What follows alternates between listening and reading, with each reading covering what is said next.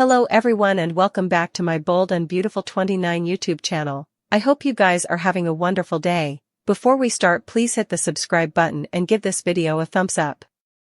Ridge and Eric are still flying high, thrilled that Carter has returned the company, and the precious stapler, which the primogenitor clutches throughout the occasion, to them. And while Ridge is happy to have his friend and company back, he's determined to have Carter admit that Hope manipulated him, big time. Carter earns a clinch from Ridge when he admits success means nothing if you alienate the people who mean everything to you.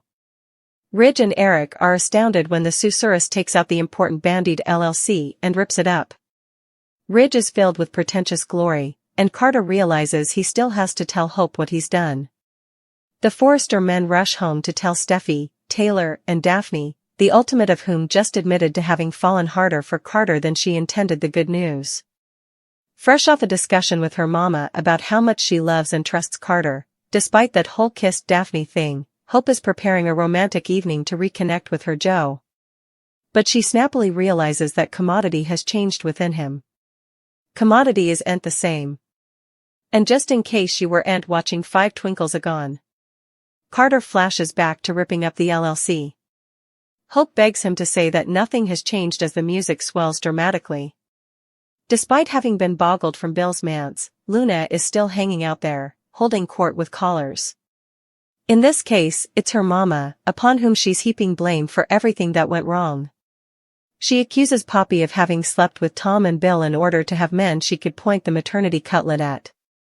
Luna admits she's hoping to ever find love with Bill's son, Will, adding that what she really wants is to reconnect with her mama. Can they, she asks, start again? Poppy's answer principally, no way, Jose. The souls of Tom and Hollis will hang you ever, the furious mama declares. You have brought unconceivable shame to the family, taking the lives of two men and framing me for your crimes.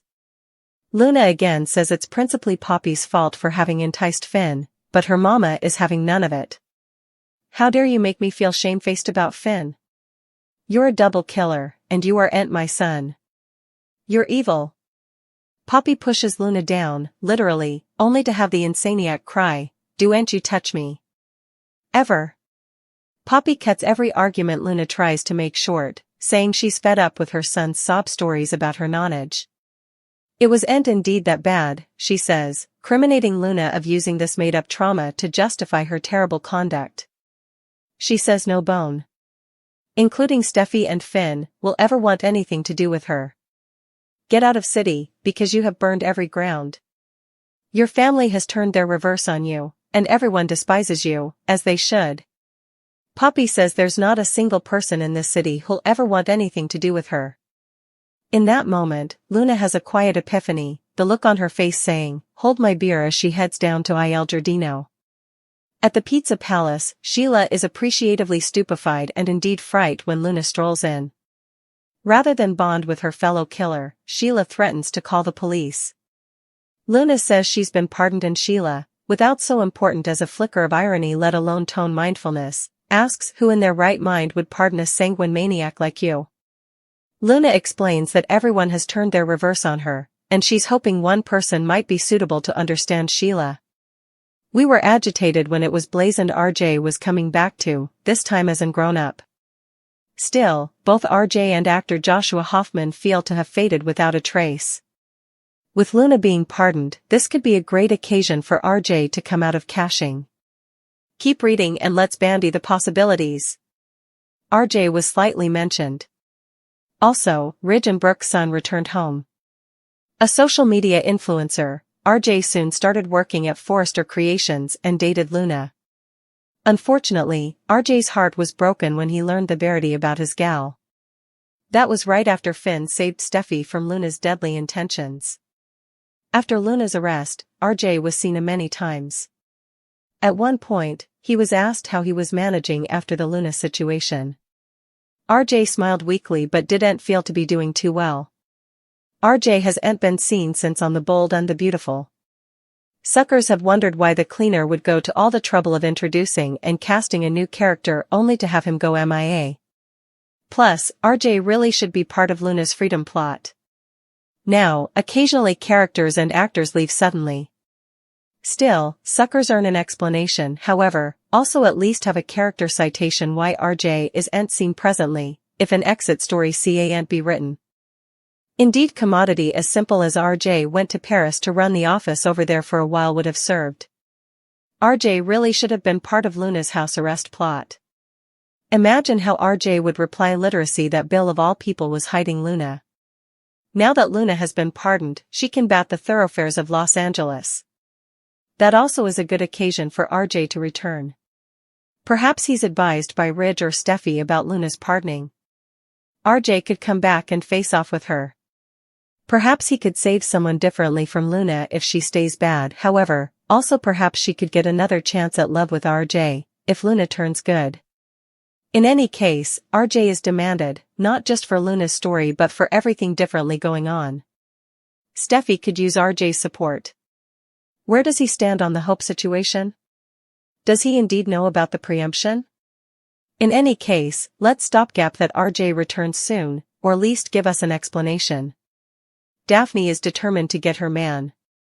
Meanwhile, Ridge and Eric have a plan to press Carter. In other news, Carter receives an claim. What will he decide to do? Daphne was hired by Steffi to break up Carter and Hope.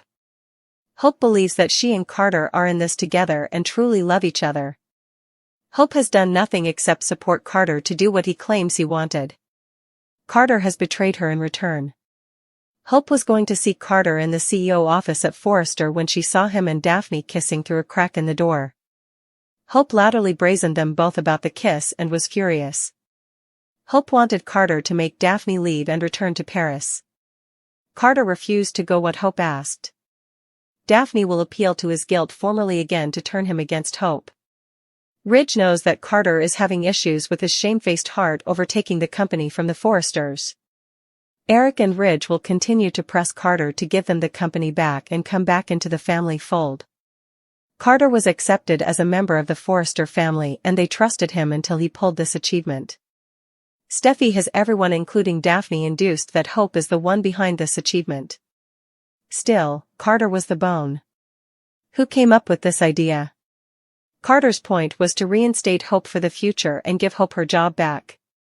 Still, that isn't going to work. Ridge and Eric want her gone. Carter will be gone too if he doesn't hand Forrester back to them.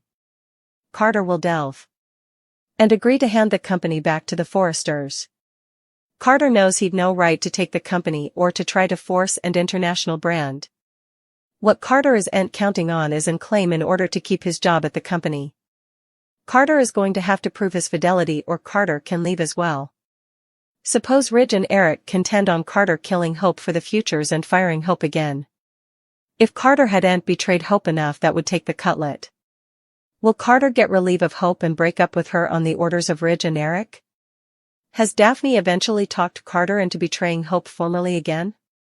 Will Carter stay with Forrester after this? Brooke and Hope are agitating the mess passing with Finn and Luna. Hope asks what Ridge says about the whole thing, but Brooke notes they haven't been in contact. She hates not being at his side at such a pivotal time. Eric, Ridge and Steffi are at the Forrester manse agitating Carter and the company.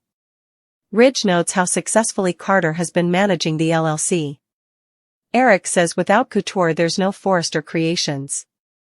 Steffi says Ridge and Eric are just as important to the formula which guides the company's success.